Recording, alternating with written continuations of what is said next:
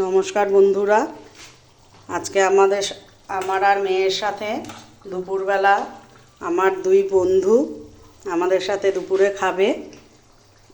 তারা আসবে, তাদের উদ্দেশ্যে আমাদের রান্না করেছি মুগের ডাল, আলু ভাজা, পটল ভাজা, দই কাতলা,